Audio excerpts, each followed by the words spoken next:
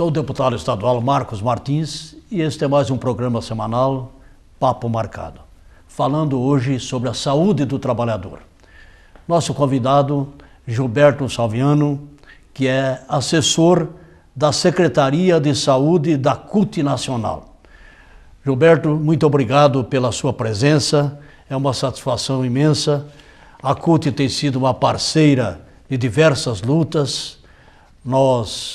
A nossa bancada de deputados, temos conversado em várias ações e eu gostaria de ouvir um pouco sobre diversos assuntos relacionados aos trabalhadores e os órgãos responsáveis, tanto dos trabalhadores como do Estado.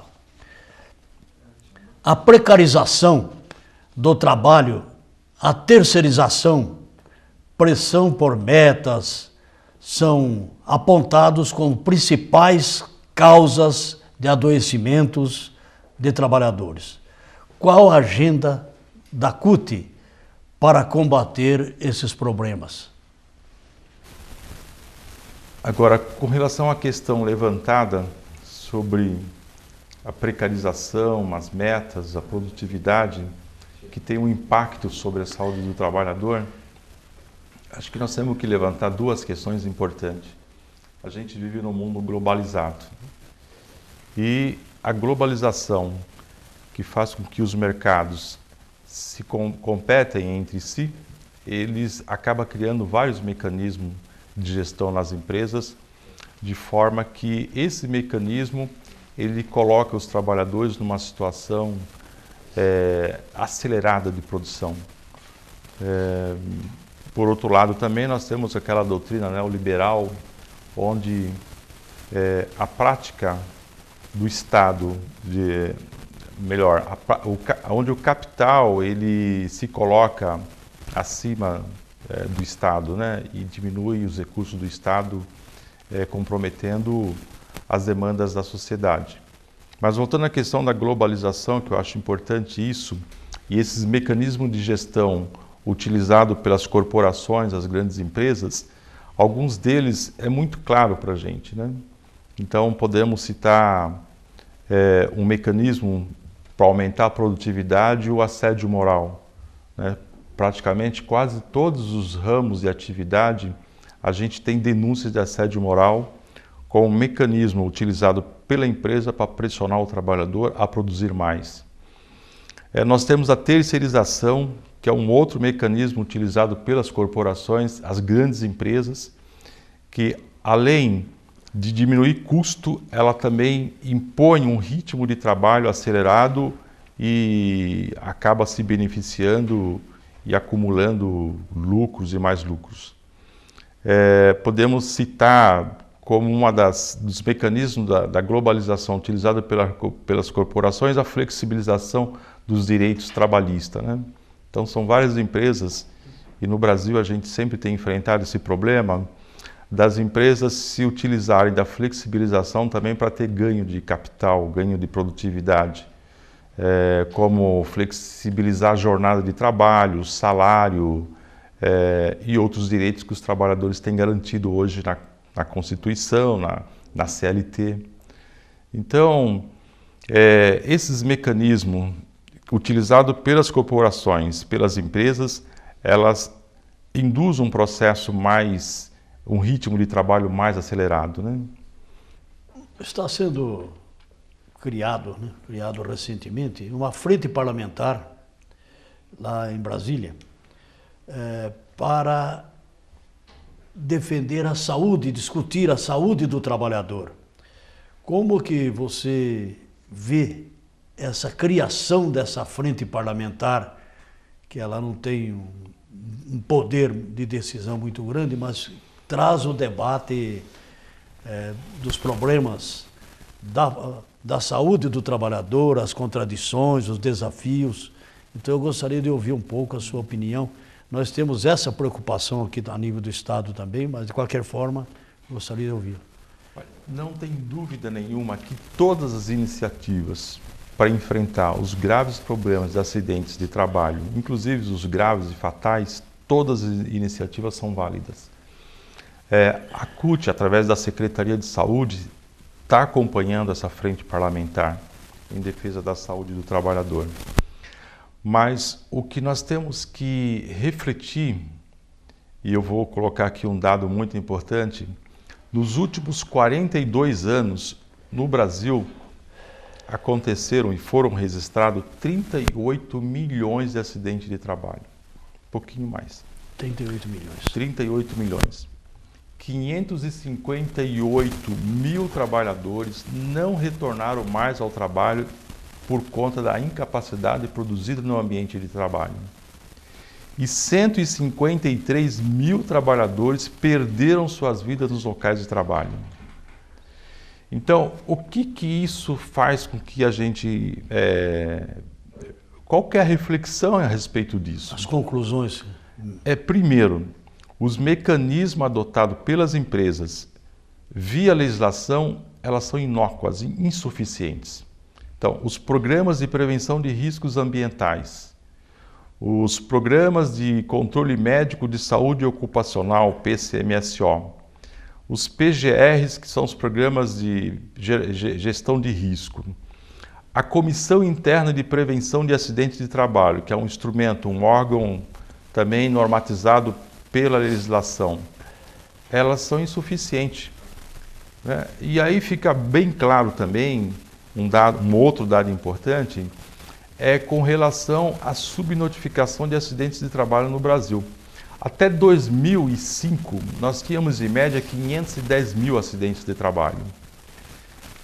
Com um novo sistema de concessão de benefícios, que dá-se o nome de NETEP, né, que é o Nexo Técnico Epidemiológico Previdenciário, esse número de registro ele subiu, saiu da faixa de 510 e foi para 700 mil. Então, só no primeiro ano, 2007, que foi instituído esse novo critério de registro de acidente de trabalho, já saímos de 510 e fomos para 648. E nos últimos anos, a média tem sido 700 mil, 720 mil.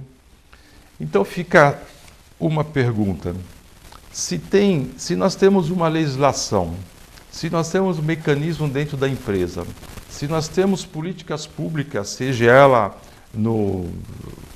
formulada pelo parlamento ou de iniciativa das centrais sindicais, da CUT, então por que nós temos tanto acidente de trabalho no Brasil? Então, só para você ter uma ideia, nos últimos 3 anos, 8 mil trabalhadores perderam suas vidas. 45 mil nos últimos 3 anos não retornam mais ao trabalho. Então, no Brasil, nós temos uma morte a cada 1 hora. Então, todas as iniciativas que forem tomadas é super válido, inclusive a frente parlamentar. Mas nós temos um problema crucial. Nós não temos organização no local de trabalho. As CIPAs, elas não funcionam. Algumas podem funcionar, mas elas não funcionam. E no Brasil nós temos um problema sério, que é a não ratificação da Convenção 87. Nós não temos comissão sindical de empresa no Brasil. Por que não tem comissão sindical de empresa? Porque os empresários não aceitam isso, né? Desde o debate em 2002, 2003, que foi um debate que estava se discutindo a reforma sindical e trabalhista. Quando se falava em comissão sindical de empresa, os empresários ficavam arrepiados. Eles não querem ouvir falar sobre isso. E eu também estou participando de um grupo de trabalho, não deixa de ser um grupo de trabalho, mas acompanhando a discussão do compromisso nacional do setor hoteleiro, visando a Copa de 2014, o ano que vem. E estão discutindo várias questões, entre elas segurança do trabalho. Então eu fui lá participar de um grupo de trabalho para discutir segurança do trabalho. E os empresários do setor hoteleiro chegaram dizendo que não tem incidente nem doença do trabalho nesse setor. E aí a gente pediu os dados estatísticos para a Previdência Social, para o Ministério do Trabalho. E mostramos para eles que tem sim acidentes de trabalho no setor hoteleiro e inclusive mortes. Então, fica claro que existe um problema, né? Ou os mecanismos que eles utilizam para enfrentar os problemas do acidente de trabalho não funcionam. Não funciona o PPRA, não funciona o SESMIT, que é o Serviço Especializado em Medicina do Trabalho, não funciona a CIPA, né? E a gente sabe que no Brasil a CIPA ela é perseguida, os cipeiros mais combativos são demitidos. Então nós temos um problema sério de representação sindical no local de trabalho. No Brasil não existe, a não ser nas grandes empresas multinacionais, né? Na região do ABC principalmente, no setor químico, no setor metalúrgico. Mas a grande maioria das empresas do Brasil, nós temos um problema de ausência de organização, de comissão sindical que possa realmente e efetivamente enfrentar os problemas de acidente de trabalho no Brasil. Nós vamos a um rápido intervalo e voltamos já com o Papo Marcado, hoje falando sobre a saúde do trabalhador, doenças profissionais, e nós queremos continuar com a sua atenção.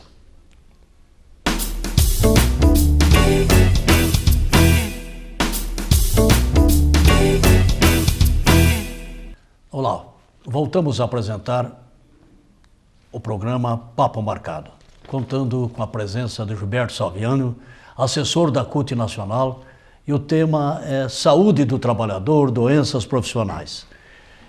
Eu gostaria de tratar de um tema que é bastante já comum à CUT e à luta dos trabalhadores, e a cidade de Osasco abrigou uma fábrica, a maior fábrica da América Latina, de amianto.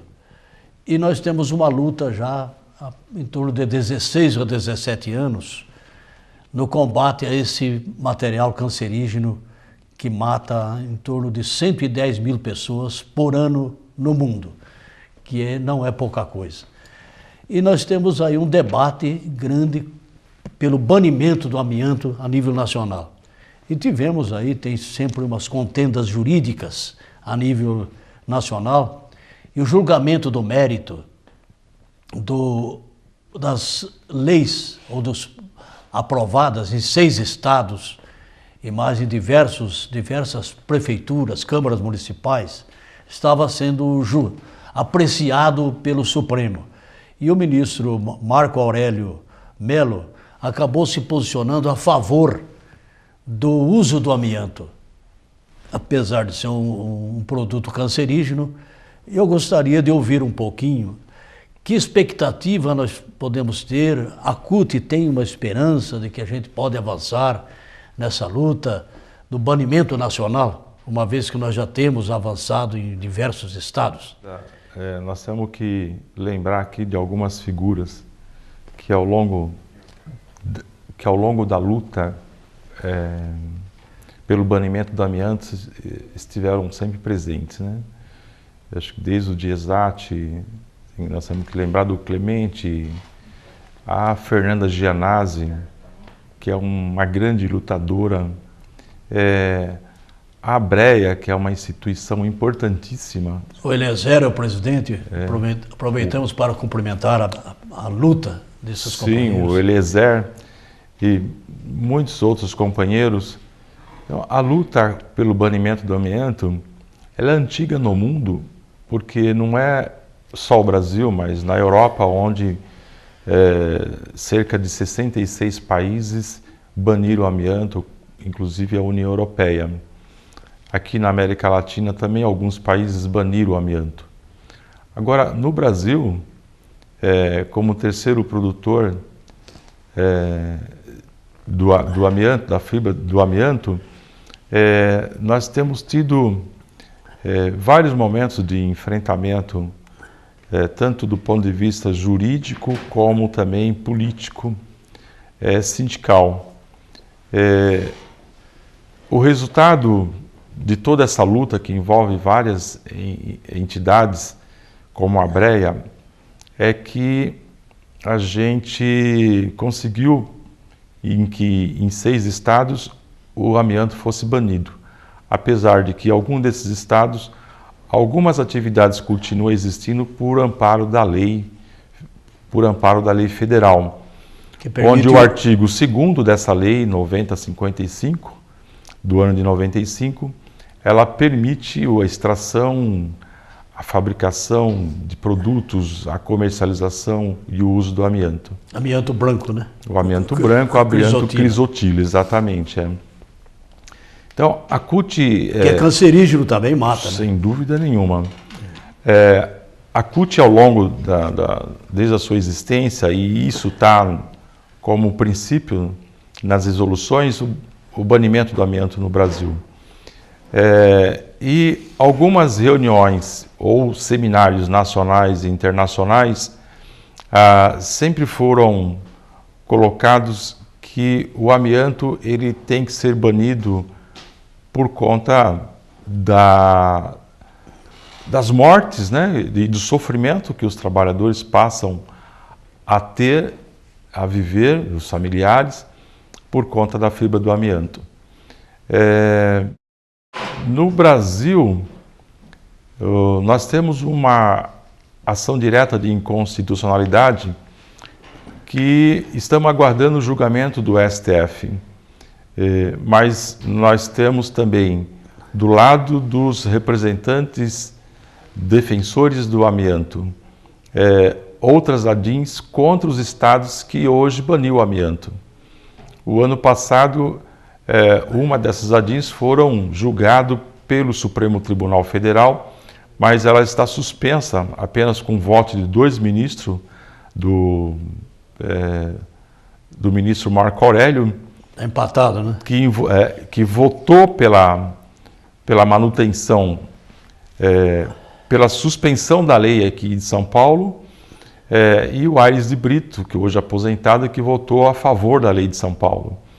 Então há uma preocupação nossa com relação a essa votação, porque o Estado de São Paulo não depende mais do amianto, né? E já por recomendação da Organização Mundial de Saúde, pela Organização Internacional do Trabalho, que em suas convenções e diretivas falam que o amianto deve e pode ser substituído.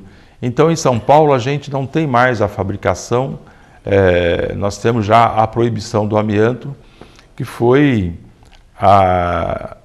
instituído por um projeto de lei do deputado Marcos Martins, e que depois o governo do estado sancionou. Então, é importante a gente continuar a luta pelo banimento do amianto no Brasil. Nós temos uma mina em Minaçu, em Goiás, que continua funcionando, mas que o estado, o governo federal, tem que encontrar alternativas para a substituição dessa fibra, que, como a gente já sabe, ela mata, é só uma questão de tempo. E, por último, eu queria comentar que pesquisa da Fundação da Fiocruz, que é a Fundação Oswaldo Cruz, um dos grandes pesquisadores dessa instituição, ele publicou o ano passado o... Dr. Hermano? Dr. Hermano, exatamente. Hermano de Castro. Ele publicou uma quantidade de óbitos, uma estatística de óbitos pela fibra do amianto, que causou o câncer do mesotelioma e mais uma quantidade enorme de óbitos pelo câncer de pleura pulmonar. Pleura pulmonar. Exatamente. Em torno de 10 anos foram registradas 2.400 mortes de trabalhadores por conta da fibra do amianto. E importante também ressaltar uma pesquisa feita, são dados também da Secretaria do Estado do Rio Grande do Sul, que aponta que 19% dos cânceres provocados pelo amianto no Rio Grande do Sul, ele tem origem ocupacional, mas o que é mais importante é saber que mais de 60% ela tem uma origem ambiental. Significa que a população que utiliza telhas de amianto, caixas d'água e outros tantos produtos fabricados pelo amianto estão expostos à contaminação desse produto. O usuário desses produtos também corre risco. Os usuários, exatamente. Quando eu falo da exposição ambiental, exatamente são os usuários, né, que estão nas residências, que que estão utilizando produtos como telha de amianto, caixa d'água. Não existe uso controlado. Não existe uso controlado.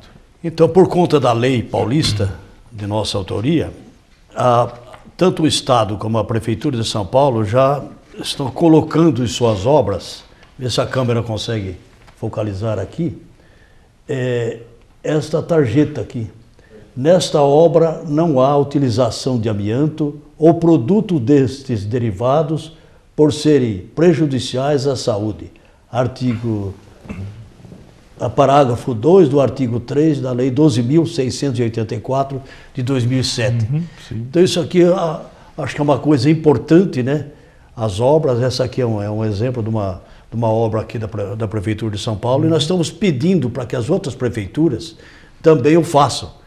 E coloquem nos seus editais de licitações o número dessa lei, observação à Lei 12.684, para que a gente, pelo menos daqui para frente, pare de utilizar. Nós vamos ter um passivo, que não é pequeno, das vítimas, dos doentes, e a destinação desses resíduos sólidos, que é uma quantidade enorme.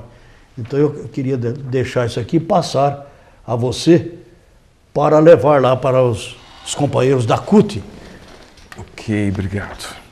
Eu só queria também comentar, acho que esse dado é importante, né? Que